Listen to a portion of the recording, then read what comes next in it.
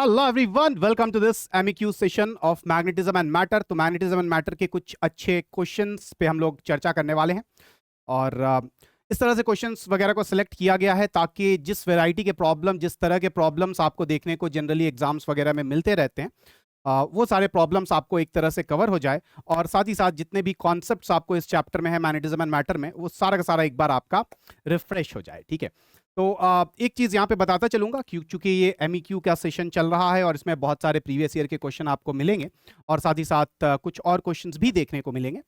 तो पिछले साल तक हमारा इस चैप्टर में मैग्नेटिज्म एंड मैटर में अर्थ्स मैग्नेटिज्म वाला टॉपिक भी हुआ करता था, बट पिछले साल जो सिलेबस रिडक्शन हुआ तो वहाँ पे अर्थ्स मैग्नेटिज्म वाला टॉपिक निकल गया है। तो आज जो मेरे पास क्वेश्चंस है, जो क्वेश्चंस मैं लेकर के आया हूँ उनमें भी अर्थ्स मैग्नेटिज्म नहीं, और आप भी जब पीवाईक्यू सॉल्व कर रहे होंगे तो बहुत सारे प्रीवियस ईयर के क्वेश्चंस में आपको अर्थ्स मैग्नेटिज्म से रिलेटेड क्वेश्चंस देखने को मिलेगा, जहाँ पे angle of inclination, declination, dip वगैरह, horizontal component of earth's magnetic field, इन सारी चीज़ों के बारे में आपको देखने को मिलेगा। तो वो सारे क्वेश्चंस आप स्किप करते हुए आगे बढ़ सकते हैं। ठीक है, तो थोड़ी सी तकनीकी गड़बड़ियों की वजह से आज जो है लाइव क्लास नहीं हो पाई, तो हम लोग इसको रिकॉर्डेड सेशन आप लोगों के लिए दे रहा हूं, चूंकि एग्जाम काफ़ी नज़दीक हो गया है और अपना जो शेड्यूल है वो डिले ना हो, है ना, इसको ध्यान में रखते हुए। तो चलिए स्टार्ट करते हैं विदाउट एनी फर्दर डिले। 2024 में ये क्वेश्चन पूछा गया था, match list 1 with list 2, choose the correct answer from the options given below. यहाँ पे दो बेसिकली आपको लिस्ट दे रखा था, एक में आपको दे रखा था कुछ ग्राफ वगैरह, क्या तो एक में तो सर अपने पास कुछ ग्राफ्स थी और एक में इस ग्राफ का दे रखा था कि ए ऑप्शन में वाई एक्सिस पे क्या माना गया है, एक्स एक्सिस पे क्या माना गया है, बी ऑप्शन में वाई एक्सिस और एक्स एक्सिस पे क्या माना गया है। इस तरह से हम लोगों को क्वेश्चन पूछा गया था। ठीक है, सबसे पहला देखते हैं मैग्नेटिक वाई एक्सिस पे मैग्नेटिक ससेप्टिबिलिटी अगर हम ले लें और एक्स एक्सिस पे मैग्नेटाइजिंग फील्ड ले लें, ठीक है, या एक्सटर्नल मैग्नेटिक फील्ड ले लें, तो क्या ग्राफ होगा। यानी कि सर वाई एक्सिस पे अपना मैग्नेटिक ससेप्टिबिलिटी और एक्स एक्सिस पे अगर मैग्नेटिक फील्ड ले लें तो क्या ग्राफ होगा। एक बात बताओ भाई, एक्सटर्नल मैग्नेटिक फील्ड पे क्या मैग्नेटाइजिंग फील्ड हमने रखा है, उससे क्या ससेप्टिबिलिटी वेरी करने लगेगा सर? नहीं करेगा। ससेप्टिबिलिटी वैसे किस पे डिपेंड करता है, अगर हम बात करें तो सर ससेप्टिबिलिटी पैरामैग्नेटिक मटेरियल वगैरह के लिए आपको टेम्परेचर पे डिपेंड करता है। हम लोगों ने देखा कि क्यूरीज लॉ का इज इक्वल टू C/T हम लोगों ने देखा था, राइट। तो टेम्परेचर पे सर आपको ससेप्टिबिलिटी डिपेंड करती है। ठीक है, तो एक्सटर्नल मैग्नेटिक फील्ड पे क्या ससेप्टिबिलिटी डिपेंड करती है? नहीं सर, बिल्कुल नहीं करती है। ठीक, तो अगर ससेप्टिबिलिटी ज्यादा होगी तो सेम एक्सटर्नल मैग्नेटिक फील्ड पे इंटेंसिटी ऑफ मैग्नेटाइजेशन ज्यादा होगा। लेकिन क्या ससेप्टिबिलिटी मैग्नेटिक फील्ड पे, एक्सटर्नल मैग्नेटिक फील्ड पे डिपेंड करता है? नहीं करता है सर। इसका ग्राफ कैसा होना चाहिए? अगर डिपेंड नहीं कर रहा है तो इसका ग्राफ तो सर कुछ इस तरीके का होना चाहिए भैया,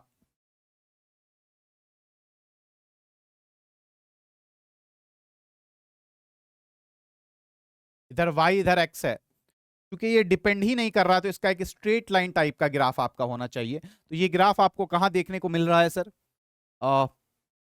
सेकंड नहीं, थर्ड ऑप्शन में देखने को मिल रहा है। तो ए का आपका 3 होना चाहिए। अब इधर देखो, ए का 3 होना चाहिए, ये तो हमें पता चल चुका है। ए का 3 एक ही ऑप्शन है, ठीक है, ए का 3 एक ही ऑप्शन है। तो यहां पे तो इतना क्लियरली सारे ऑप्शंस दे रखे थे कि आपको सब चेक करने की जरूरत भी नहीं है। अगर एग्जाम में मैं बैठा होता तो मैं इसके बाद टाइम बर्बाद नहीं करता, क्योंकि वहां पे ज्यादा सवाल बनाने से मतलब होता है। ठीक है, लेकिन यहाँ पे आप चाहें तो, चूंकि हम लोग अभी नॉलेज के लिए पढ़ रहे हैं, तो बाकी सब भी आप एक एक करके सॉल्व कर सकते हैं और देख सकते हैं। चलो एक आध और कर लेते हैं। अब वाई एक्सिस पे अगर मैग्नेटिक फील्ड हम ड्रॉ कर लें और एक्स एक्सिस पे distance from the centre of a current carrying wire for x is less than a, ठीक है, एक करंट कैरिंग वायर है, ऐसा आप समझ लीजिए सर, आपके पास एक करंट कैरिंग वायर है। मान लीजिए करंट इसमें से बाहर को निकल रही है। ये बेसिकली आपको लास्ट चैप्टर का मैग्नेटिक इफेक्ट्स ऑफ करंट या फिर मूविंग चार्जेस एंड मैग्नेटिज्म भी जिसको बोलते हैं, तो उस लास्ट चैप्टर से रिलेटेड कॉन्सेप्ट हम लोगों ने देखा कि अगर हमारे पास कोई वायर वगैरह होगा जिसका कुछ रेडियस कैपिटल आर है, और उसकी वजह से हम लोगों ने इनसाइड और आउटसाइड दोनों पॉइंट पे बेटा मैग्नेटिक फील्ड निकाला था। और यहां पे जो बात कर रहा है वो x लेस देन a की बात कर रहा है, मतलब किसी इनसाइड पॉइंट पे। सर इनसाइड पॉइंट पे क्या मैग्नेटिक फील्ड आती थी वहां पे? तो सर इफ अगर आपको थोड़ा सा याद हो तो मैं आपको बता दूं, mu not I x by 2 pi r square, यही आता था बेटा। ठीक, इनसाइड पॉइंट पे हमारा क्या आता था sir? Mu not I x by 2 pi r square, यही हमारी मैग्नेटिक फील्ड आती थी, राइट। चलिए, तो अब यहां पे एक्स क्या है? डिस्टेंस फ्रॉम द सेंटर है। तो सर बी वर्सेस एक्स का ग्राफ कैसा दिखना चाहिए सर हमें? सर बी वर्सेस एक्स का ग्राफ कुछ straight line directly proportional to X है इनसाइड पॉइंट पे। सर स्ट्रेट लाइन हमें दिखना चाहिए, राइट, बहुत बढ़िया बात। तो स्ट्रेट लाइन दिखना चाहिए, मतलब पहला वाला ऑप्शन, तो बी का फर्स्ट होगा। देखिए क्या यहां तक दिख रहा है? अरे ये तो थोड़ा सा उल्टा हो गया। स्ट्रेट लाइन बी का 4 यहां पे दिखा रहा है, ए का 3, बी का 4। एक बार फिर से देख लिया जाए।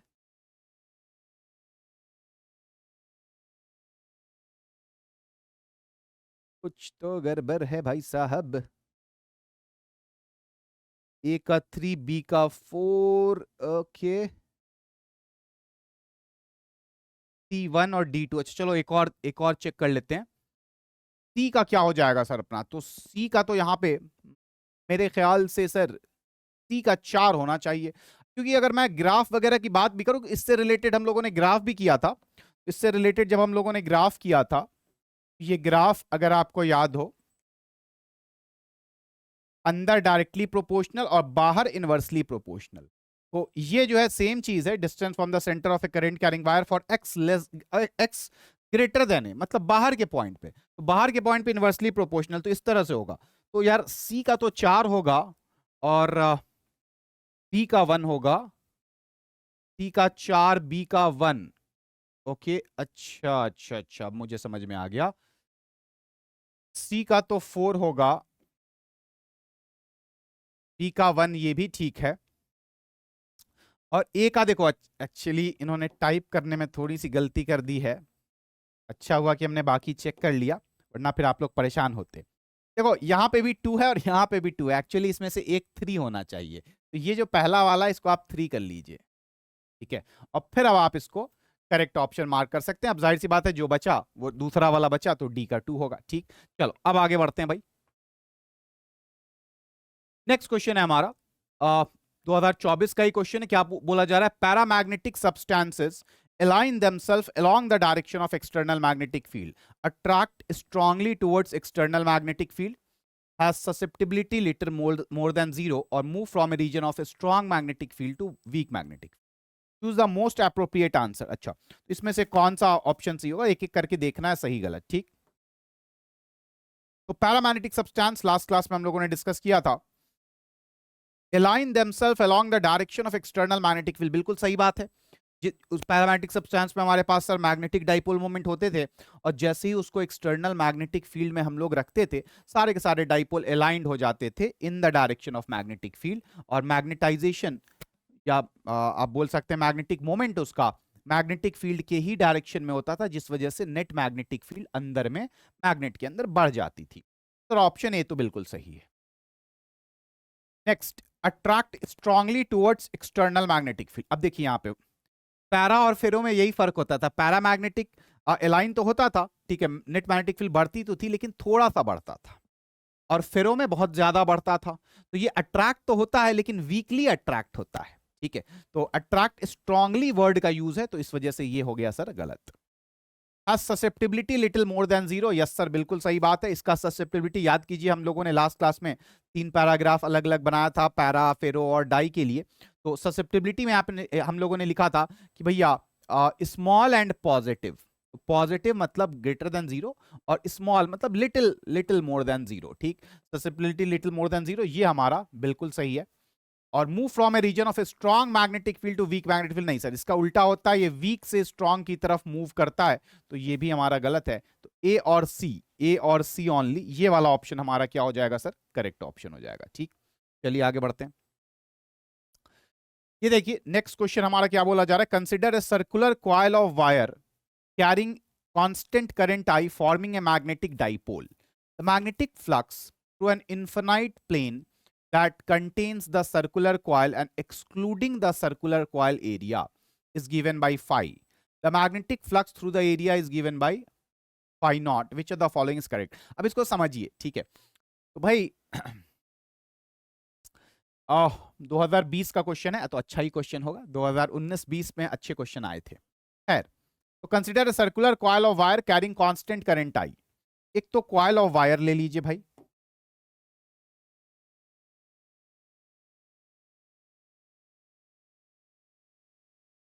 इसमें मान लीजिए कुछ I करंट फ्लो कर रहा है, यहां से अंदर जा रहा है, ठीक, और इधर से होता हुआ यहां से बाहर निकल रहा है, ठीक है भाई।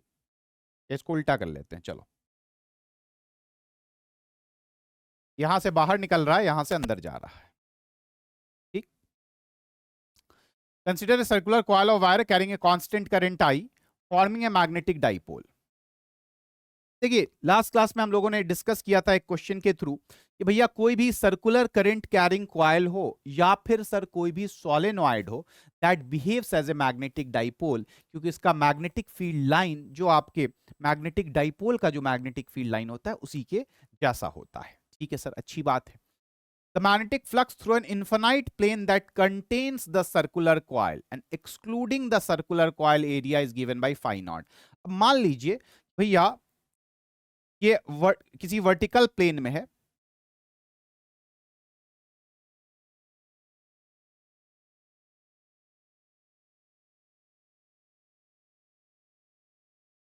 ठीक,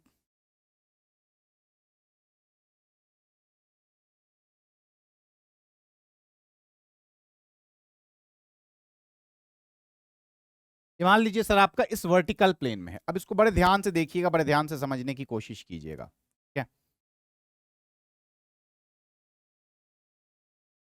क्या बोला जा रहा है इसमें sir, magnetic flux through an infinite plane that contains the circular coil. तो ये जो प्लेन है जिसमें कि ये सर्कुलर कॉइल है, ये जो प्लेन है जिसमें कि ये सर्कुलर कॉइल है, उस प्लेन के through excluding the circular coil area is given by phi naught. तो सबसे पहले मैं आपसे बोलूंगा कि भैया मैग्नेटिक फील्ड लाइन इसके लिए बनाइए, ठीक है, मैग्नेटिक फील्ड लाइन आपके लिए बनाइए इसके लिए, क्योंकि ये मैग्नेटिक डाइपोल है सर, इसमें यहां से करंट बाहर आ रहा है, यहां से अंदर जा रहा है, तो इधर की तरफ मैग्नेटिक फील्ड होगा, तो सर मैग्नेटिक फील्ड आपको कुछ इस तरह से होगा इसमें,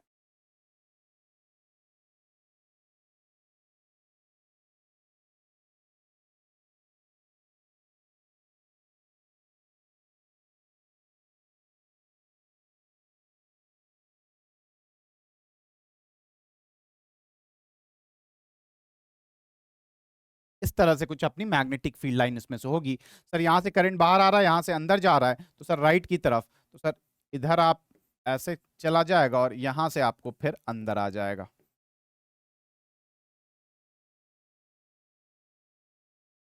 ठीक है। अब जरा सा समझिएगा भाई, दो फ्लक्स के बारे में बात किया जा रहा है। पहला फ्लक्स हमसे बोल रहा है flux through an infinite plane that contains the circular coil and excluding the circular coil area. मतलब या तो इसको दो अलग अलग कलर में हम दिखाते हैं तो आपको शायद ज्यादा अच्छे से क्लियर होगा,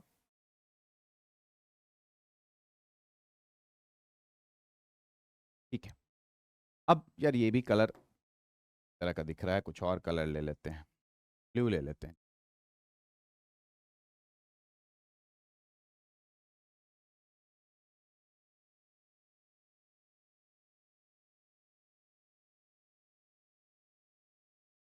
ठीक है। तो देखो एक प्लेन है जो कि इसके क्वाइल के अंदर है, प्लेन का एक पार्ट है ये, आपका ब्लू वाला जो पार्ट है ये इसके क्वाइल के अंदर है, और एक पार्ट है पिंक वाला पार्ट इस प्लेन का जो कि क्वाइल के बाहर है। तो पिंक वाले पार्ट से जो फ्लक्स है उसको बेटा क्या बोला जा रहा है, फाई बोला जा रहा है, और magnetic flux through the area, कौन सा एरिया, जो क्वाइल के अंदर है उस एरिया से फ्लक्स को फाइ नॉट बोला जा रहा है। Which of the following is correct. अब देखो बड़े ध्यान से समझना,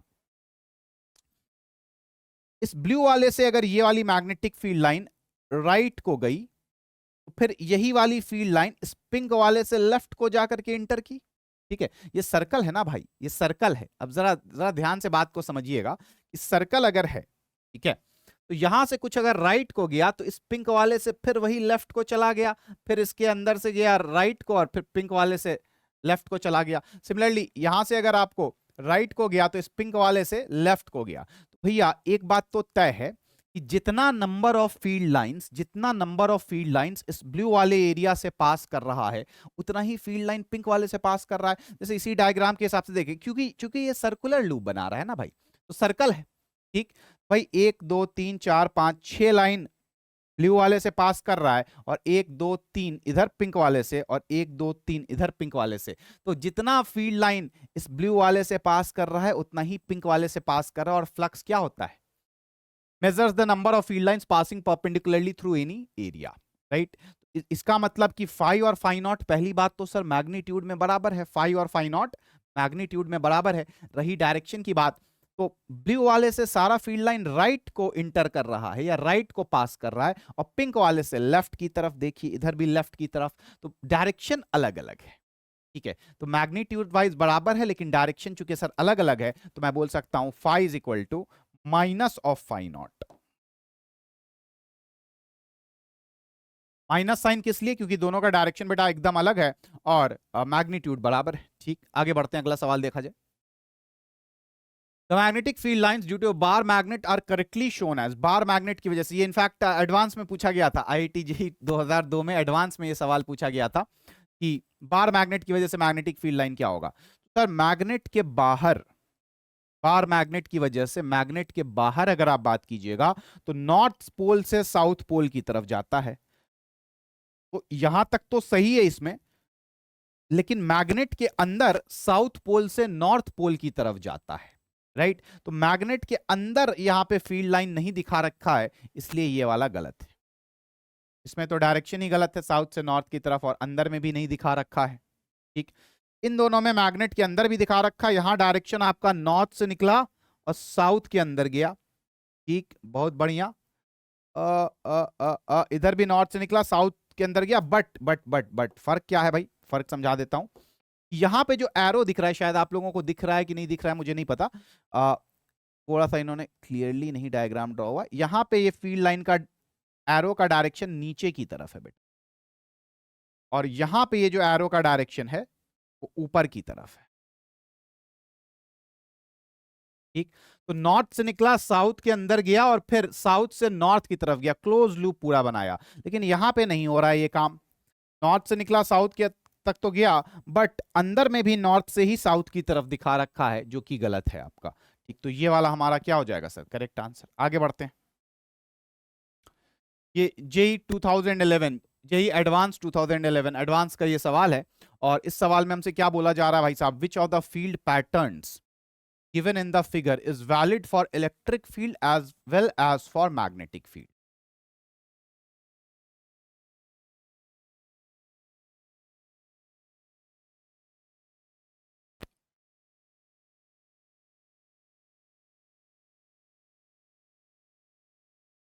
हमसे बोल रहा है कि कौन सा फील्ड पैटर्न है जो कि इलेक्ट्रिक फील्ड और साथ ही साथ मैग्नेटिक फील्ड दोनों के लिए सर वैलिड है।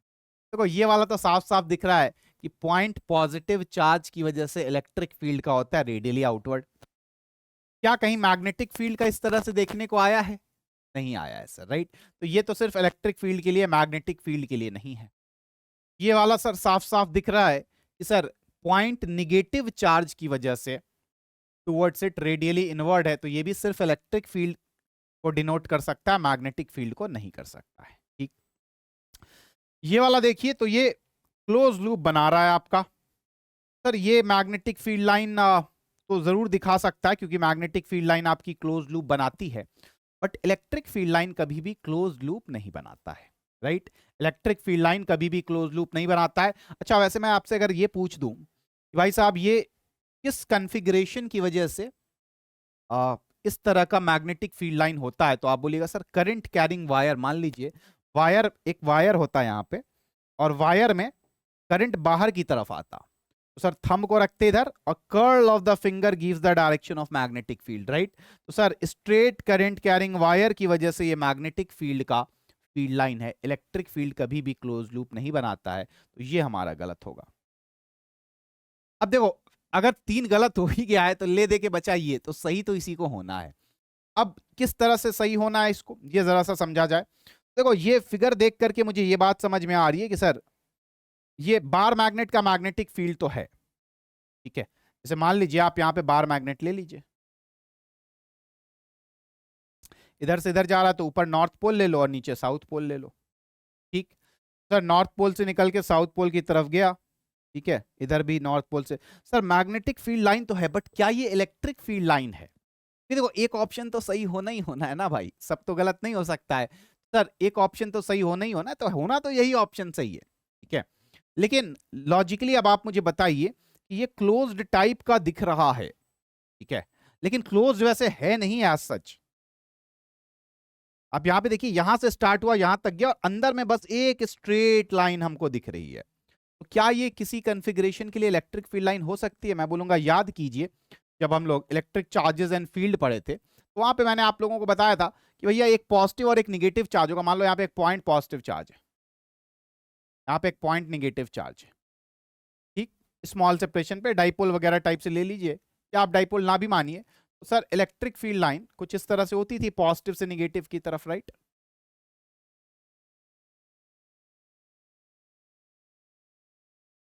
ऐसे ही बनाते थे ना भाई, और इधर कुछ लाइन को छोड़ देते थे, भैया ये सब भी घूम के जाएगी, बस इसको दिखाने के लिए हम लोग इस तरह से ड्रॉ कर लेते थे,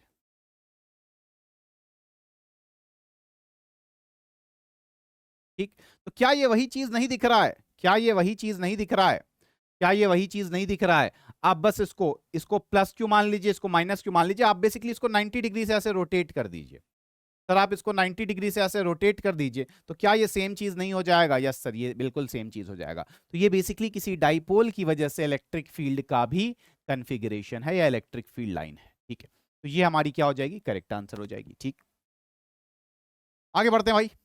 A small bar magnet placed with its axis at 30 degree with an external field of 0.06 Tesla experiences a torque of 0.018 Newton meter.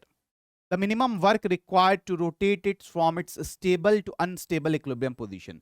तो यह एक बार मैग्नेट है, उसको किसी एक्सटर्नल मैग्नेटिक फील्ड 0.06 टेस्ला के साथ 30 डिग्री के एंगल पे प्लेस किया गया है, ठीक है जी। उसका एक्सिस, बार मैग्नेट का जो एक्सिस है। और दूसरी बात कि सर ये स्मॉल बार मैग्नेट है, स्मॉल बार मैग्नेट है तो इसको क्या लिया जा सकता है? डाइपोल लिया जा सकता है सर, ठीक। और जब इसके इसके बार मैग्नेट के एक्सिस को एक्सटर्नल फील्ड के साथ 30 डिग्री के एंगल पे हम लोगों ने प्लेस किया है, तो टॉर्क लगा है बेटा 0.018 न्यूटन मीटर। बोला क्या जा रहा है हमसे? The minimum work required to rotate it from its stable to unstable equilibrium position. तो पहले वो स्टेबल इक्विलिब्रियम पोजीशन में था और उसके बाद वो अनस्टेबल इक्विलिब्रियम पोजीशन में आ गया, तो कितना वर्क डन हमें करना पड़ा रोटेट करवाने के लिए, ठीक। तो सर वर्क डन क्या होता है? चेंज इन पोटेंशियल एनर्जी, मतलब final potential energy minus initial potential energy. Finally unstable equilibrium position में है और इनिशियली स्टेबल इक्विलिब्रियम पोजीशन में, ठीक है भाई। तो अनस्टेबल इक्विलिब्रियम पोजीशन का मतलब जहां पे पोटेंशियल एनर्जी मैक्सिमम हो, और कितना मैक्सिमम होता है? Potential energy minus M dot B होता है, राइट। तो मैक्सिमम वैल्यू इसकी हो जाएगी प्लस एम बी, ठीक है। Maximum value plus M B minus initial potential energy. Initially sir ये स्टेबल इक्विलिब्रियम पोजीशन में था, स्टेबल इक्विलिब्रियम पोजीशन में पोटेंशियल एनर्जी मिनिमम होती है, तो माइनस एम डॉट बी का मिनिमम वैल्यू क्या हो सकता है सर? Minus M B. तो ये आ गया 2 MB। अब अगर मुझे 2 MB की वैल्यू मिल जाए तो मेरा आंसर आ जाएगा। क्या क्या दे रखा है? बी तो दे रखा है, एम नहीं दे रखा है, ठीक है, कोई बात नहीं। एक चीज और हमें ये दे रखा है कि एक्सिस जब 30 डिग्री के एंगल पे एक्सटर्नल फील्ड से, तो टॉर्क लग रहा है 0.018। तो टॉर्क बेटा होता है एम क्रॉस बी।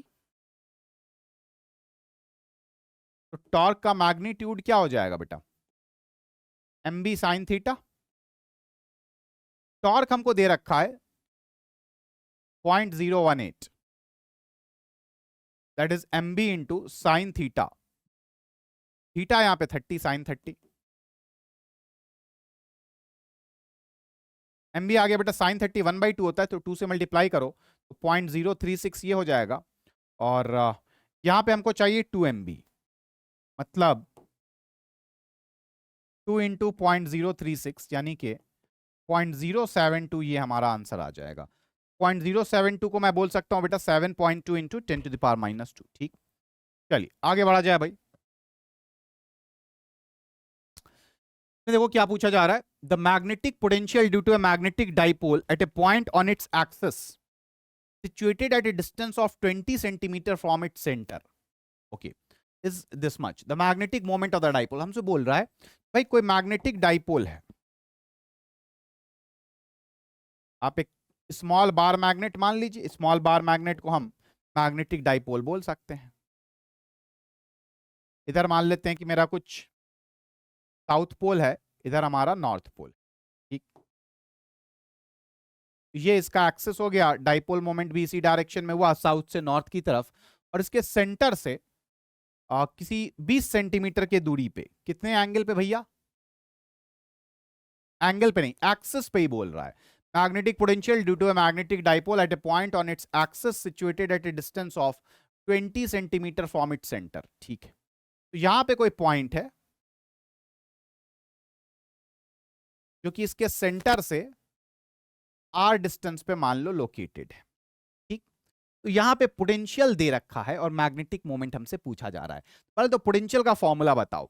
आप ये बात जरूर बोल सकते हैं, आप ये शिकवा हमसे जरूर कर सकते हैं, सर मैग्नेटिक डाइपोल की वजह से आपने पोटेंशियल का कोई फॉर्मूला नहीं दिया। मैं बोलूंगा बात तो सही है, यहां तक तुम्हारी जो शिकायत है वो बिल्कुल सही है, लेकिन इतना मैंने आपको जरूर समझा दिया था और इतना मैंने आपको जरूर पढ़ा दिया था कि भैया जो भी किसी इलेक्ट्रिक डाइपोल की वजह से जो भी फॉर्मूला होता है, इलेक्ट्रिक डाइपोल की वजह से जो भी फॉर्मूला होता है, हूबहू exactly same formula magnetic dipole की भी वजह से होगा, सिर्फ k के बदले μ0/4 पाई, चार्ज के बदले पोल स्ट्रेंथ और इलेक्ट्रिक फील्ड के बदले मैग्नेटिक। अब आप मुझे बस इतना बता दीजिए सर, अगर मान लीजिए कोई इलेक्ट्रिक डाइपोल होता, उसके सेंटर से किसी r दूरी पे, मान लीजिए किसी थीटा एंगल पे, मैं कोई जनरल पॉइंट ले लेता हूं P, किसी इलेक्ट्रिक डाइपोल के सेंटर से r डिस्टेंस पे थीटा एंगल पे कोई जनरल पॉइंट अगर मैं P ले लूं और मैं आपसे बोलूं कि भैया इस पे पोटेंशियल क्या होता है, तो potential due to electric dipole का formula sir kp cos theta by r square. बोलेंगे बिल्कुल सही बात, तो सेम फॉर्मूला यहां पे यूज करो, क्या दिक्कत की बात है, k के बदले μ0/4 पाई यूज करो, p के बदले m, और थीटा तो बेटा यहाँ पे एंगल 0 डिग्री है, एंगल थीटा यहाँ पे क्या है, ये जो पॉइंट है इसके एक्सेस पे, तो theta 0 degree, cos 0 1 divided by r square. ठीक, चलो अब सबकी वैल्यूज रख दो भाई, p का वैल्यू कितना है 1.5 इंटू 10⁻⁻5, और μ0/4 पाई, μ0 होता है बेटा 4 पाई इंटू 10⁻⁻7, तो डायरेक्टली 10⁻⁻7 बोल दो, into m by R square, r है 20 सेंटीमीटर, 20 सेंटीमीटर को अगर मीटर में करोगे तो 20/100 मीटर, ठीक, यानी कि 1/5 मीटर, तो इसका होल स्क्वायर, 1/5 का होल स्क्वायर 1/25, तो ऊपर 25 चला आएगा, तो इधर से m क्या निकल आएगा,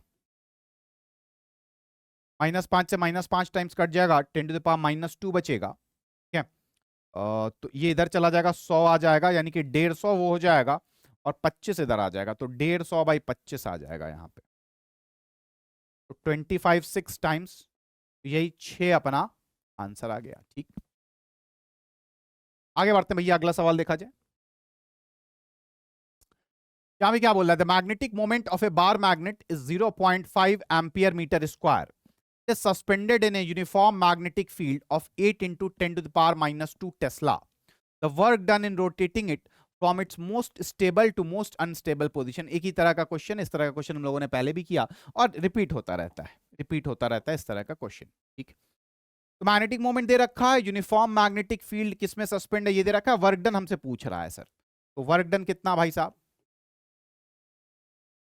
plus change in potential energy, change मतलब फाइनल माइनस इनिशियल, फाइनली ये किसमें था, work done in rotating it from its most stable to most unstable position, तो फाइनली सर ये अनस्टेबल इक्विलिब्रियम में है, तो पोटेंशियल एनर्जी मैक्सिमम होगी, और मैक्सिमम कितना हो सकता है सर, प्लस m भी हो सकता है, और इनिशियली स्टेबल इक्विलिब्रियम में यानी कि पोटेंशियल एनर्जी मिनिमम, और मिनिमम कितनी होगी, -mb हो सकती है मिनिमम। ये आ गया mb प्लस mb 2mb, सारी वैल्यूज रख दीजिए। m कितना दे रखा है यहाँ पे 0.5 यानी कि 1/2 बोल लो, और b कितना है यहाँ पे 8 × 10⁻² टेस्ला। इससे ये कट गया और आपका आंसर यही आ गया 8 × 10⁻² जूल। ये हमारी सर आंसर आ गया। This one is our correct answer. ठीक है, चलो आगे बढ़ते हैं, अगला सवाल देखा जाए। अब देखो इस सवाल में क्या पूछा जा रहा है, a paramagnetic sample shows a net magnetization of 6 ampere per meter when it is placed in an external magnetic field of 0.4 Tesla at a temperature of 4 Kelvin. When the sample is placed in an external magnetic field of 0.3 Tesla at a temperature of 24 Kelvin, then the magnetization will be how much? ठीक,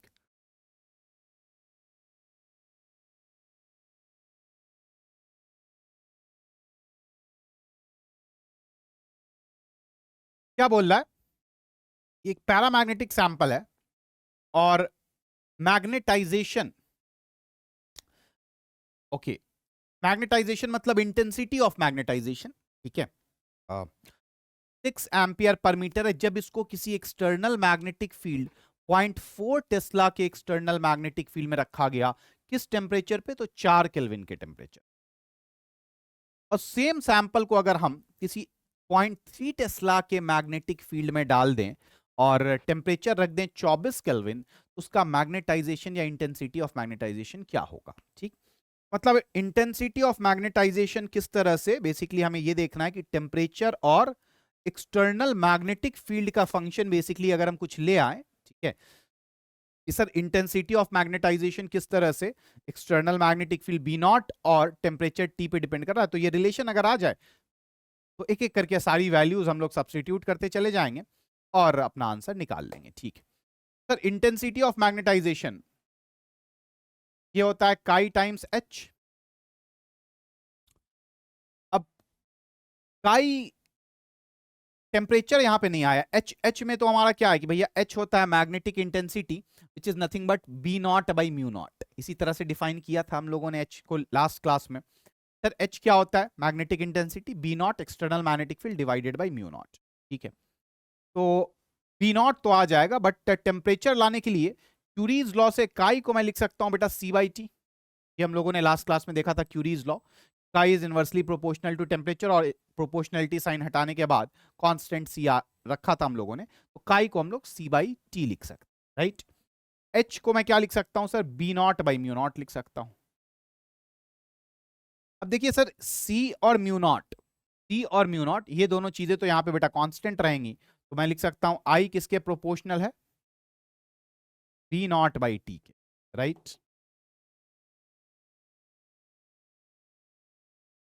तो I1/I2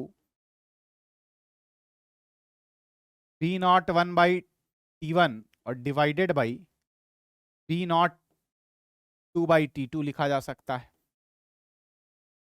अब सारी values यहां पे रखो, I1 दे रखा है 6, I1 कितना दे रखा है 6 दे रखा है, I2 मुझे निकालना है, ठीक है। B01 क्या दे रखा है, external magnetic field 0.4 Tesla. T1 temperature क्या दे रखा है 4 केल्विन। T2 टेम्परेचर 24 केल्विन दे रखा है, और B02 क्या दे रखा है 0.3 टेस्ला। अब इसको सॉल्व करो बेटा, 4 6 24, पॉइंट से पॉइंट कट जाएगा तो यहाँ पे 3 बच जाएगा, 3 दूनी 6, और ये पॉइंट हट चुका है, 4 दूनी 8 हो गया, तो I2 आ गया हमारे पास 6/8 यानी कि 3/4। देखो कौन सा ऑप्शन है, 3/4 मतलब 0.75, राइट। ये 0.75 एम्पियर पर मीटर, ये हमारी क्या हो जाएगी, आंसर आ जाएगी। ठीक, चलिए आगे बढ़ा जाए भाई।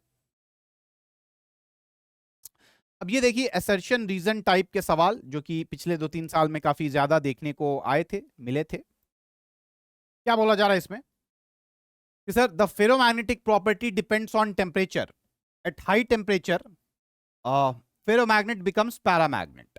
ठीक है, और दूसरा स्टेटमेंट है कि sir at high temperature the domain wall area of A ferromagnetic substance increases. The light of the above statements choose the most appropriate answer from the options given below.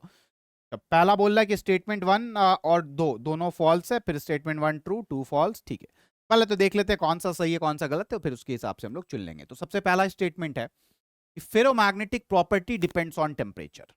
ठीक है, at high temperature ferromagnet becomes paramagnet. ठीक है sir, ये पूरा discussion हम लोगों ने किया था जब हम लोग लास्ट क्लास में क्यूरी टेम्परेचर के बारे में डिस्कशन कर रहे थे। तो हम लोगों ने यही देखा था कि क्यूरी टेम्परेचर एक ऐसा टेम्परेचर होता है जिसपे पहुंचने के बाद कोई भी फेरोमैग्नेटिक सब्सटेंस पैरामैग्नेटिक सब्सटेंस में कन्वर्ट हो जाता है। ठीक, क्यूरी टेम्परेचर सर वैसा होता है, वो टेम्परेचर होता है जिसपे सर कोई भी आपका फेरोमैग्नेटिक सब्सटेंस पैरामैग्नेटिक सब्सटेंस में बेटा कन्वर्ट हो जाता है। क्यों कन्वर्ट हो जाता है सर? सर काई इनवर्सली प्रोपोर्शनल टू टी होता है भैया। अब जैसे जैसे टेम्परेचर बढ़ेगा काई घटता चला जाएगा, ससेप्टिबिलिटी घटती चली जा रही है। और अगर ससेप्टिबिलिटी घटेगा इंटेंसिटी ऑफ मैग्नेटाइजेशन भी कम होगा। आई इज इक्वल टू काई एच होता है ना भाई, आई इज इक्वल टू काई एच। जैसे मान लो कि एक मैग्नेटिक मटेरियल है, ठीक है, और उसको तुमने किसी एक्सटर्नल मैग्नेटिक फील्ड में डाल दिया, वो मैग्नेटिक फील्ड तुम कांस्टेंट कर लो। ठीक है, जैसे मान लीजिए अपने पास कोई मैग्नेटिक मटेरियल है,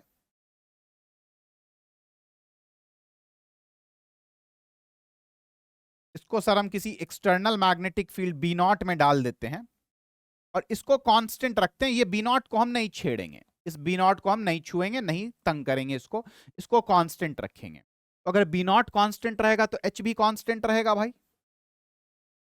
ठीक, क्या होता है एच कैसे डिफाइन करते हैं? B naught by mu naught. Mu naught तो कांस्टेंट ही रहता है, ये तो कांस्टेंट ही है म्यू नॉट, परमिएबिलिटी, राइट। तो सर अगर बी नॉट को कांस्टेंट रखेंगे तो एच भी कांस्टेंट रहेगा। अब धीरे से क्या करते हैं, इसका टेम्परेचर बढ़ाने लगते हैं।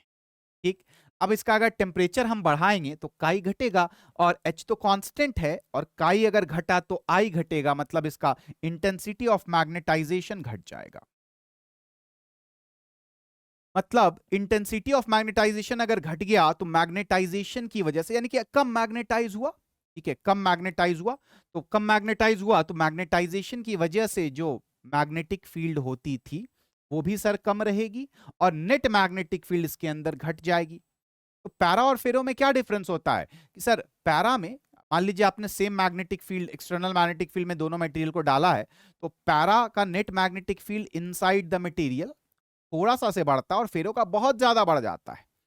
इस वजह से डोमेन नेचर वगैरह की वजह से, डोमेन अलाइनमेंट वगैरह और डोमेन रीस्ट्रक्चरिंग की वजह से। ठीक, तो खैर अगर अगर अगर अगर टेम्परेचर आप बढ़ाए हैं तो काई आपका घटा है, काई घटा, इंटेंसिटी ऑफ मैग्नेटाइजेशन घटा है, तो नेट मैग्नेटिक फील्ड घटने लगा।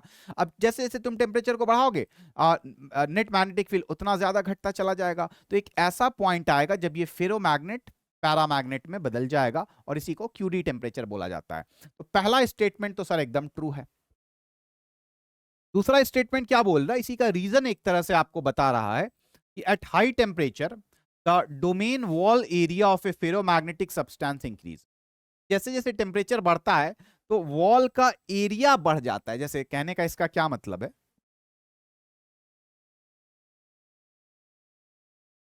भैया मान लीजिए ये हमारा मटेरियल था, इसके अंदर कुछ डोमेन था, डोमेन स्ट्रक्चर थी।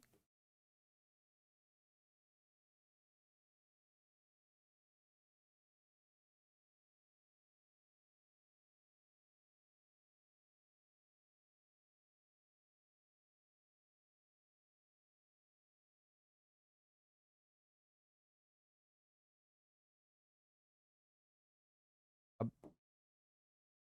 अब बोला कि भैया अगर हाई टेम्परेचर करेंगे तो डोमेन वॉल का एरिया आपका बढ़ जाएगा, मतलब डोमेन बड़ा बड़ा हो जाएगा। डोमेन बड़ा बड़ा हो जाएगा। ठीक, और होना क्या चाहिए, हाई टेम्परेचर जैसे करेंगे तो हाई टेम्परेचर पे क्या होगा, ये फेरोमैग्नेट पैरामैग्नेट में कन्वर्ट होगा सर।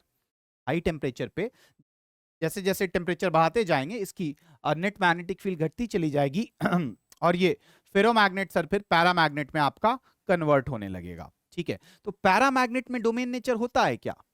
सर पैरामैग्नेटिक मटेरियल में डोमेन नेचर तो होता ही नहीं है, तो सर होगा क्या? हाई टेम्परेचर पे अगर डोमेन के हिसाब से अगर हम देखें तो क्या हो रहा होगा? सर ये डोमेन सब छोटा होने लगेगा, डोमेन छोटा होते होते होते होते खत्म हो जाना चाहिए, क्योंकि हाई टेम्परेचर पे सर फेरोमैग्नेट को पैरामैग्नेट में कन्वर्ट होना है, और पैरामैग्नेट में डोमेन नेचर नहीं होता है। ठीक, तो यहाँ पे तो उल्टा बोल रहा है एक तरह से कि डोमेन और बड़ा बड़ा हो गया डोमेन। नहीं नहीं नहीं, अब तो डोमेन नेचर को खत्म हो जाना है, टेम्परेचर बढ़ने पे इसको पैरामैग्नेट में कन्वर्ट हो जाना है। तो डोमेन नेचर खत्म कैसे होगा कि सर जैसे ही टेम्परेचर बढ़ाएंगे तो ये जो डोमेन का साइज है वो घटता चला जाएगा, जैसे जैसे टेम्परेचर बढ़ाते चले जाएंगे डोमेन का साइज घटता चला जाएगा, और अल्टीमेटली ये डोमेन खत्म हो जाएगा, सब एक बराबर हो जाएगा। ठीक, तो सर यहां पे लिख भी देते हैं, एट हाई टेम्परेचर्स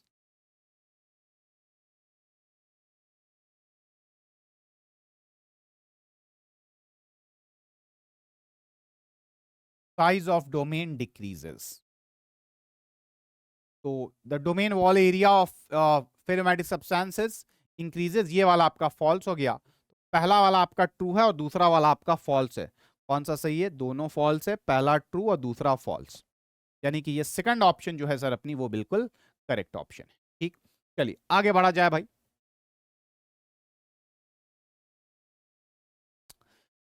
अब ये देखो, bar magnet having a magnetic moment 5 ampere metre square is placed in a parallel position relative to a magnetic field of 0.4 Tesla. Amount of work done in turning the magnet from parallel to anti-parallel position relative to the field direction is. ठीक है, तो हमसे क्या बोल रहा है कि पहले एक बार मैग्नेट है, इसी मैग्नेटिक फील्ड में पैरेलल पोजीशन में रखा गया है,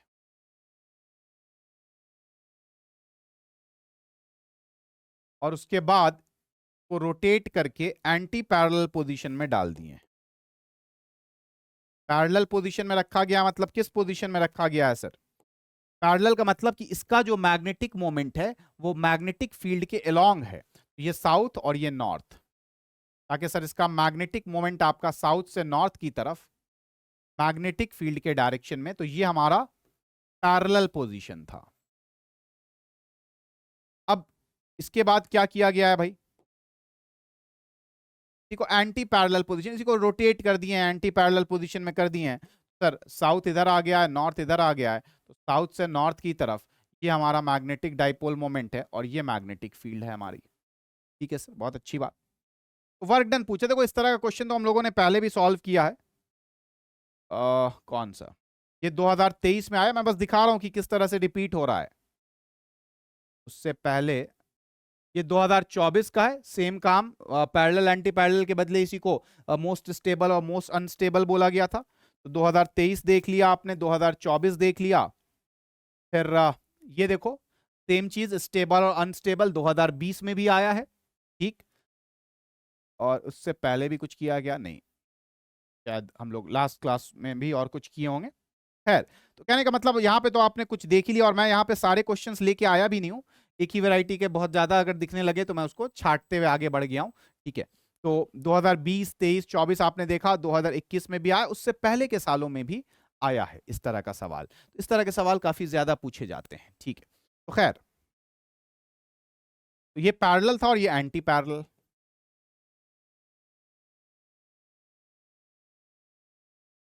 वर्क डन हमसे पूछ रहा है, वर्क डन कैसे निकालते हैं भाई साहब हम लोग? Delta U, change in potential energy, final minus initial. तो पोटेंशियल एनर्जी क्या होता है भाई साहब? पोटेंशियल एनर्जी होता है sir minus M dot B. तो यहां पे फाइनल कॉन्फ़िगरेशन में एम इधर है और बी इधर है, एंगल कितना? 180 डिग्री, तो minus M B cos 180, cos 180 बेटा -1, माइनस माइनस प्लस हो जाएगा, तो ये प्लस एम बी इधर आ गया।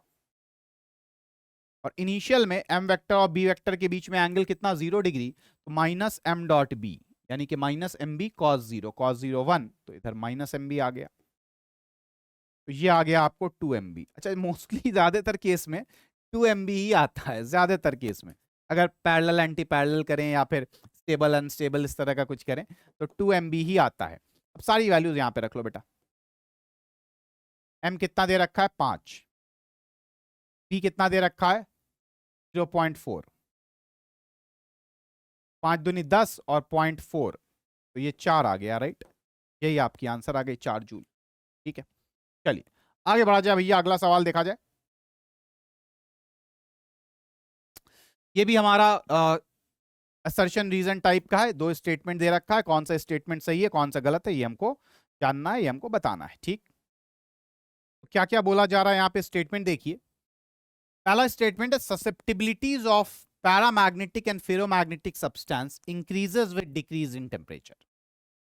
पिछला जो था हमारा असर्शन रीजन वो टेम्परेचर से ही रिलेटेड था क्या? ये 2021 में आया है, सेम एक ही तरह का चीज है। यहाँ पे टेम्परेचर से रिलेटेड थोड़ा सा अलग कुछ बोला गया कि भैया फेरोमैग्नेट हाई टेम्परेचर पे पैरामैग्नेट पे कन्वर्ट हो जाता है, और उसका रीजन डोमेन वगैरह से रिलेटेड आपको पूछा है। फिर ये 2021 का है आपको, फिर ये आपको 2023 सॉरी ये 22 में, ठीक है, ठीक अगले साल 21 और 22 फिर से वही ससेप्टेबिलिटी और टेम्परेचर का रिलेशन एक तरह से आपसे जानना चाह रहा है कि susceptibilities of paramagnetic and ferromagnetic substance increases with decrease in temperature. हाँ बिल्कुल सही बात है, chi is inversely proportional to temperature होता है, right? Chi is inversely proportional to temperature, तो अगर टेम्परेचर घटेगा तो काई बढ़ेगा। ठीक है, तो ये वाला पहला स्टेटमेंट तो आपका क्या है भैया, एकदम ट्रू है। ठीक, अगला स्टेटमेंट देखा जाए, क्या बोला जा रहा है कि sir diamagnetism is a result of orbital motions of electrons developing magnetic moments opposite to the applied magnetic field. Diamagnetism किस वजह से होता है, तो वो बोल रहा है ऑर्बिटल मोशन ऑफ इलेक्ट्रॉन्स की वजह से होता है, और ये मैग्नेटिक मोमेंट डेवलप करते हैं opposite to the applied magnetic field. ये भी बिल्कुल सही है, आपको याद थोड़ा सा दिलाता हूं, लास्ट क्लास में हम लोगों ने क्या डिस्कस किया था, डायमैग्नेटिक मटेरियल के बारे में क्या बोला था सर। डायमैग्नेटिक मटेरियल को जब एक्सटर्नल मैग्नेटिक फील्ड में रखते हैं तो मैग्नेटिक मोमेंट इंड्यूस होता है। ठीक है, पैराफेरो में यही फर्क था, पैराफेरो एक तरफ और डाया एक तरफ। फर्क क्या है सर कि पैराफेरो में पहले से मैग्नेटिक मोमेंट होता था। ठीक है, आप एक बार फिर से प्रीवियस लेक्चर को जाकर के देखिएगा, इस पे हम लोगों ने बहुत अच्छे से चर्चा किया है। सर पैरा और फेरो में पहले से डाइपोल मोमेंट होता था। ठीक है, डायामैग्नेटिक में डाइपोल मोमेंट नहीं होता था। तो जब पैरा और फेरो को हम मैग्नेटिक फील्ड में डालते थे तो उसके डाइपोल्स मोमेंट अलाइंड हो जाते थे मैग्नेटिक फील्ड के डायरेक्शन में, और नेट मैग्नेटिक फील्ड बढ़ जाती थी। और पैरा में ये होता था, फेरो में होता सेम चीज था, बट वहां पे एक साथ काफी ज्यादा मैग्नेटिक मोमेंट बढ़ता था डोमेन की वजह से। डाय में क्या होता था कि पहले से मैग्नेटिक मोमेंट नहीं होता था, तो जब हम लोग इसको किसी मैग्नेटिक फील्ड में डालते थे तो मैग्नेटिक मोमेंट इंड्यूस होता था। और लेंज लॉ का कहना है कि मैग्नेटिक मोमेंट हमेशा मैग्नेटिक फील्ड के ऑपोजिट डायरेक्शन में इंड्यूस होता है, तो जिसकी वजह से नेट मैग्नेटिक फील्ड इसके अंदर कम हो जाती थी। एक्सटर्नल मैग्नेटिक फील्ड अगर राइट की तरफ है तो जो मैग्नेटिक मोमेंट इंड्यूस हुआ वो लेफ्ट की तरफ होगा, तो नेट मैग्नेटिक फील्ड इसके अंदर कम हो जाती थी। तो यही हमसे बोल रहा है developing magnetic moments opposite to the applied magnetic field. इसमें मैग्नेटिक मोमेंट डेवलप होता है, यानी कि इंड्यूस होता है, पहले से नहीं होता है, इसमें डेवलप होता है जब इसको हम एक्सटर्नल मैग्नेटिक फील्ड में डालते हैं। और किस डायरेक्शन में, opposite to the applied magnetic field. Yes sir, ये भी बिल्कुल सत्य वचन है, ये भी बिल्कुल ट्रू है। तो दोनों ही ट्रू है, तो both statement 1 and statement 2 are true, ये हमारी करेक्ट आंसर हो जाएगी। ठीक, चलिए आगे बढ़ा जाए भाई। अगला सवाल देखिए, the current required to be pass through a solenoid of 15 centimetre length and 60 turns in order to demagnetize a bar magnet of magnetic intensity something is this much ampere। ठीक है, तो हमसे बोल रहा है कि भैया एक बार मैग्नेट है मेरे पास। ठीक है, इस उस बार मैग्नेट में कुछ मैग्नेटिक इंटेंसिटी पहले से है। ठीक है, समझिए बात को जरा यहां पे। सर ये बार मैग्नेट है, इसमें पहले से कुछ मैग्नेटिक इंटेंसिटी है। ठीक है, यानी कि कुछ मैग्नेटिक फील्ड इसमें पहले से है। कितना है, ठीक, या इंटेंसिटी ऑफ मैग्नेटाइजेशन कितना है सर, तो 2.4 इंटू 10⁻³ ये पहले से मौजूद है। मान लो किसी पर्टिकुलर डायरेक्शन में होगा, मान लेते हैं इस डायरेक्शन में। ठीक, ओके। अब हमसे बोल रहा है कि भाई हमारे पास एक सोलेनॉइड है, तो उसमें कितना करंट पास किया जाए ताकि ये डीमैग्नेटाइज हो जाए, डीमैग्नेटाइज हो जाए। अब देखो सोचो जरा, मान लीजिए सोलेनॉइड है, तो सोलेनॉइड इसके ऊपर हमने लगा दिया।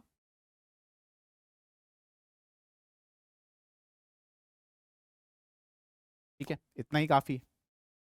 अब इसको डीमैग्नेटाइज करना है, डीमैग्नेटाइज्ड हो जाएगा कोई भी मटेरियल, मतलब नेट मैग्नेटिक फील्ड जीरो हो गई उसके अंदर। यही बात हुआ ना भाई, डीमैग्नेटाइज हो गया, मतलब उसके अंदर नेट मैग्नेटिक फील्ड जीरो हो गई। तो अगर राइट की तरफ आपकी मैग्नेटिक इंटेंसिटी इसमें है, अब ये जो करंट फ्लो होगा इसमें, उसकी वजह से एक मैग्नेटिक फील्ड होगा। वो मैग्नेटिक फील्ड अगर लेफ्ट की तरफ हो जाए सच दैट उस मैग्नेटिक फील्ड का इंटेंसिटी इसके बराबर हो जाए, ऑपोजिट डायरेक्शन में हो जाए, तो सर ये दोनों एक दूसरे को क्या कर देंगे, कैंसिल कर देंगे। ठीक है भैया, इसमें मान लीजिए आपको अगर डीमैग्नेटाइज करना है तो मैग्नेटिक फील्ड इसके ऑपोजिट डायरेक्शन में आपको प्रोड्यूस करवानी है। सर ये ऐसे करोगे तो राइट होगा और ऐसे करोगे तो लेफ्ट होगा, मतलब यहां से अंदर को जाए और यहां से बाहर निकले। करंट इस तरह से फ्लो कर रहा है कि यहां से सर बाहर निकल रहा है, फिर यहां से अंदर को जा रहा है, ठीक है, फिर यहां से बाहर निकल रहा है, फिर यहां से अंदर को जा रहा है। तो इस तरह से अगर आपका करंट फ्लो करता है, इस करंट की वजह से जो मैग्नेटिक फील्ड होगा, ठीक है, इस करंट की वजह से जो मैग्नेटिक फील्ड होगा वो इस डायरेक्शन में होगा। ठीक, magnetic field due to solenoid. अब जरा सा बात को समझिएगा, ठीक है, देखिए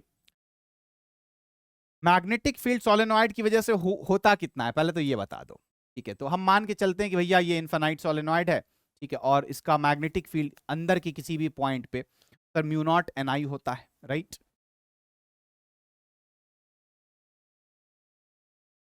अब क्या सर इसको इससे इक्वेट कर दिया जाए, करना तो वही है लेकिन यूनिट वगैरह का थोड़ा सा ख्याल रख के करना है। देखिए ये आपका मैग्नेटिक फील्ड है, इसका यूनिट क्या होगा, टेस्ला होगा, और ये आपका मैग्नेटिक इंटेंसिटी है। ठीक है, ये आपका मैग्नेटिक इंटेंसिटी यानी कि एच की वैल्यू दे रखी है, मैग्नेटिक इंटेंसिटी एच, याद कीजिए जरा सा सर, मैग्नेटिक इंटेंसिटी एच की वैल्यू दे रखी है।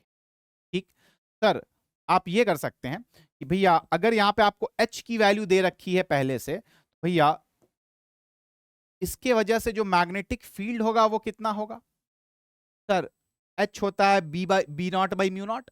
ठीक, external magnetic field divided by mu naught. ठीक है, आप बी को लिख सकते हैं sir 2.4 into 10⁻³ divided by mu naught. ये होगा पहले से मौजूद मैग्नेटिक फील्ड, और जो हम सोलेनॉइड की में करंट की वजह से जो मैग्नेटिक फील्ड हुआ वो म्यू नॉट एन आई। अगर ये दोनों बराबर हो गया सर तो नेट मैग्नेटिक फील्ड जीरो हो जाएगा और ये डीमैग्नेटाइज हो जाएगा। अभी दोनों को बराबर कर दीजिए सर।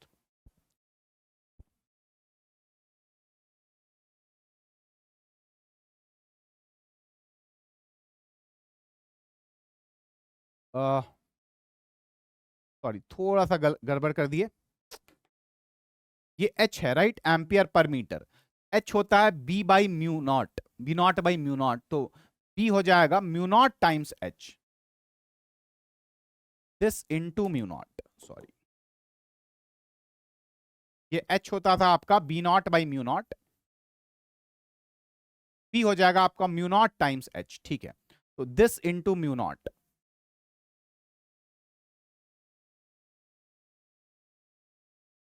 अब आइए सर, इस म्यू नॉट से म्यू नॉट को काट लीजिए, हमें क्या चाहिए, आई की वैल्यू चाहिए, राइट।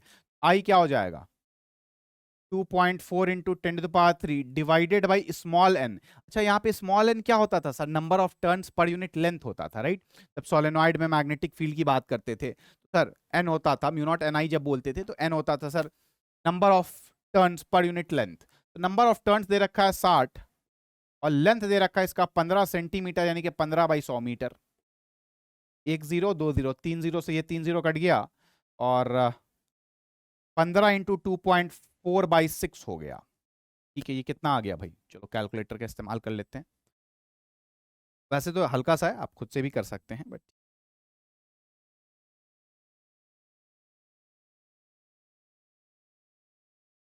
तो 6 आ रहा है, 15 इंटू 2.4/6 ये आपका 6 आ रहा है। यही हमारी आंसर आ गई, तो ये हमको बताना था ये कितना होगा, तो 6 एम्पियर इतना करंट अगर हम फ्लो करवाते हैं। हाँ, डायरेक्शन का ख्याल हमको खुद रखना होगा कि सर किस डायरेक्शन में हम लोग करंट दें ताकि ये ऑपोजिट डायरेक्शन में आपका आ जाए, इसका ख्याल आपको खुद रखना होगा। ठीक है, बाकी सारी चीजें आप देख लिए। आगे बढ़ते हैं। ये फिर से हमारे पास असर्शन रीजन टाइप का या स्टेटमेंट टाइप का बोल लीजिए सवाल आया था, और क्या बोल रहा है, the diamagnetic property depends on temperature. ठीक है भाई, अच्छी बात है। और the induced magnetic dipole moment in a diamagnetic sample is always opposite to the magnetising field. ठीक है भाई, पहले बात तो डायमैग्नेटिक प्रॉपर्टी क्या टेम्परेचर पे डिपेंड करता है? नहीं सर, डायमैग्नेटिक प्रॉपर्टी टेम्परेचर पे डिपेंड नहीं करता है। फेरोमैग्नेटिक और पैरामैग्नेटिक करता है कि भैया जब फेरो को हाई टेम्परेचर पे ले जाते हैं तो सर वो पैरा पे कन्वर्ट हो जाता है, का इनवर्सली प्रोपोर्शनल टू टी होता है। बट ऐसा कुछ डायमैग्नेटिक के बारे में तो हम लोगों ने नहीं डिस्कस किया था कि सर डायमैग्नेटिक को किसी हाई टेम्परेचर पे ले जाया जाए तो कुछ और बन जाता है, कुछ इस तरह का तो नहीं डिस्कस हुआ था, राइट? तो डायमैग्नेटिक प्रॉपर्टी टेम्परेचर पे डिपेंड नहीं करता है। तो ये पहला तो यहीं पे गलत हो गया, ये फॉल्स हो गया भाई। और दूसरा, the induced magnetic dipole moment in a diamagnetic substance is always opposite to the magnetising field. हाँ, ये बात बिल्कुल सही है कि भैया इसमें पहले से डायमैग्नेटिक मटेरियल में सर पहले से हमारे पास मैग्नेटिक मोमेंट नहीं होता है, तो जैसे ही हम रखते हैं उसको एक्सटर्नल मैग्नेटिक फील्ड में, मैग्नेटिक मोमेंट इंड्यूस होता है और किस डायरेक्शन में होता है? एक्सटर्नल मैग्नेटिक फील्ड के ऑपोजिट डायरेक्शन में होता है, राइट? तो यही बोल रहा है यहाँ पे, the induced magnetic dipole moment in a diamagnetic sample is always opposite to the magnetising field. ये बिल्कुल सही है, सत्य वचन है भाई। तो पहला स्टेटमेंट फॉल्स और दूसरा ट्रू। कौन सा भैया? Statement 1 is incorrect but statement 2 is true.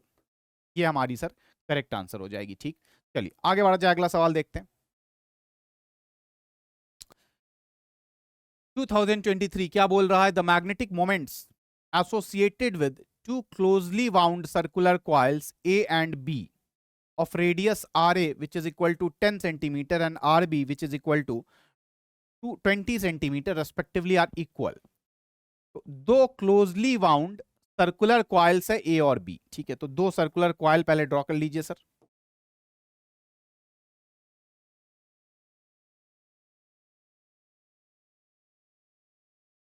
को A मान लेते हैं, इसको B मान लेते हैं। इसका रेडियस दे रखा है 10 सेंटीमीटर और इसका रेडियस दे रखा है 20 सेंटीमीटर। इसमें जो नंबर ऑफ टर्न्स है NaIb and NbIa are number of turns and current of A and B। तो फिर तो ये Ia होना चाहिए और ये भी होना चाहिए। खैर, समझने वाले लोग समझ जाएंगे। N से रिप्रेजेंट हो रहा है क्या सर? नंबर ऑफ टर्न्स, और I से रिप्रेजेंट हो रहा है करंट। इसमें भैया नंबर ऑफ टर्न्स को Na से रिप्रेजेंट कर रहा है और करंट को Ia से, इसको Nb और Ib से।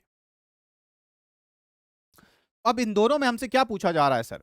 भैया इन दोनों का मैग्नेटिक मोमेंट जो होगा वो कब बराबर होगा? इनमें से कौन से ऑप्शंस के लिए, जितने भी ऑप्शंस हैं वो आपको नंबर ऑफ टर्न्स और करंट के बेसिकली रिलेशन में है, राइट? तो इनमें से कौन से ऑप्शन के लिए आपका मैग्नेटिक मोमेंट सर बराबर होगा इन दोनों सर्कुलर कॉइल के लिए?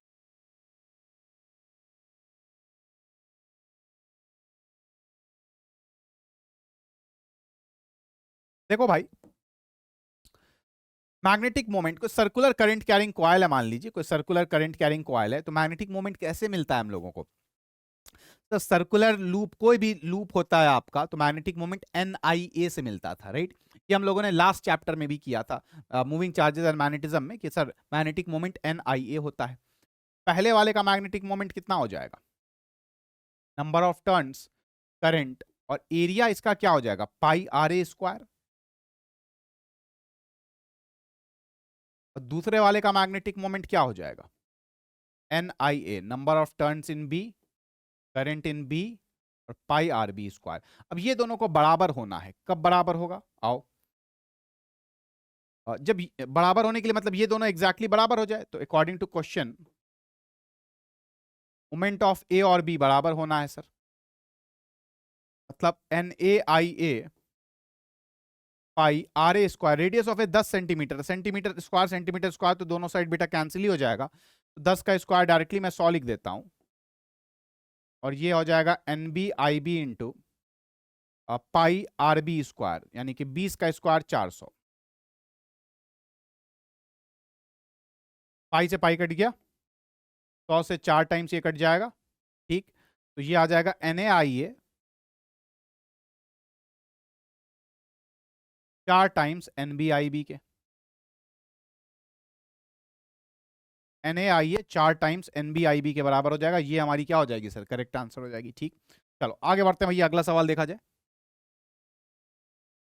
क्या बोल रहा है यहाँ पे? Straight magnetic strip has a magnetic moment of 44 ampere metre square. तो कोई स्ट्रेट मैग्नेटिक स्ट्रिप है हमारे पास और उसका जो मैग्नेटिक मोमेंट है वो है सर 44 एम्पियर मीटर स्क्वायर। तो पहले तो ड्रॉ कर लेते हैं। मान लीजिए सर हमारे पास ये हुआ कुछ स्ट्रेट मैग्नेटिक स्ट्रिप और मैग्नेटिक स्ट्रिप है। तो सर इधर मान लो साउथ पोल, इधर नॉर्थ पोल है।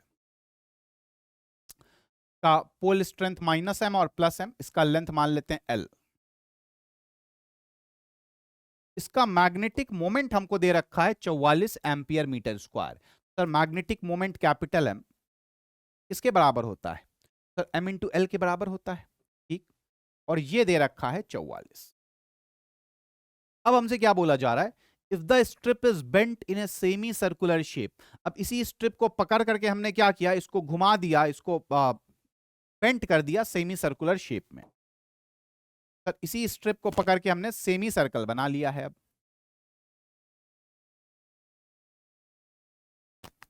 ठीक है भाई, बहुत अच्छी बात।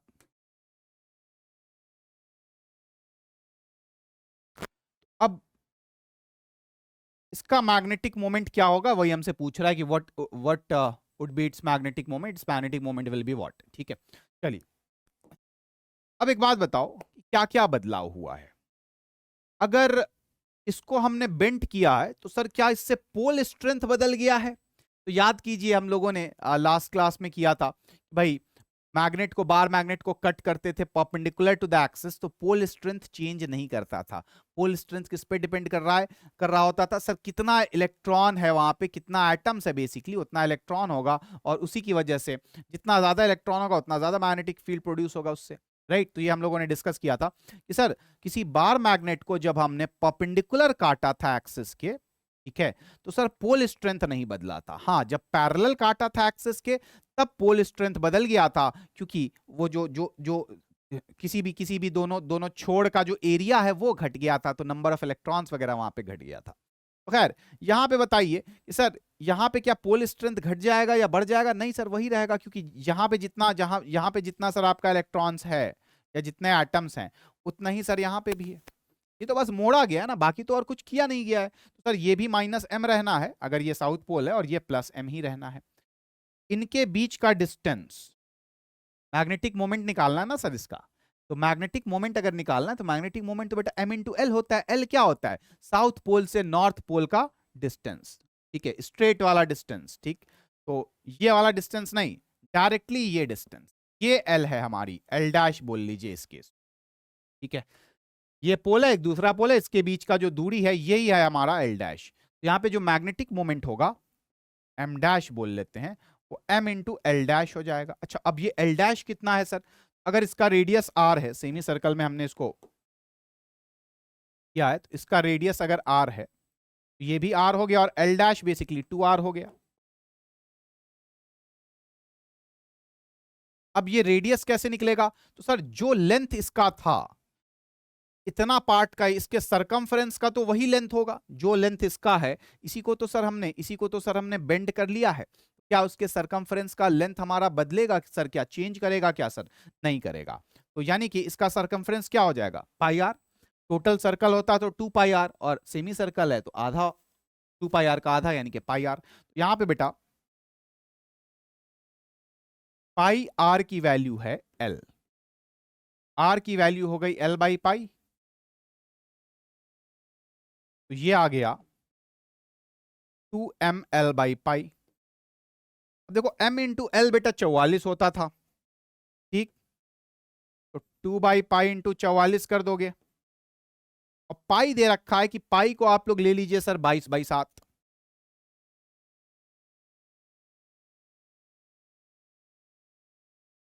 तो अब यहां पे देखो भाई, 22 दूनी 44 और 7 दूनी 14 दूनी 28, तो 28 ये हमारा आंसर आ गया, ठीक। यही हमारी करेक्ट आंसर आ गई। ठीक है भाई, चलो आगे बढ़ते हैं, अगला सवाल देखा जाए।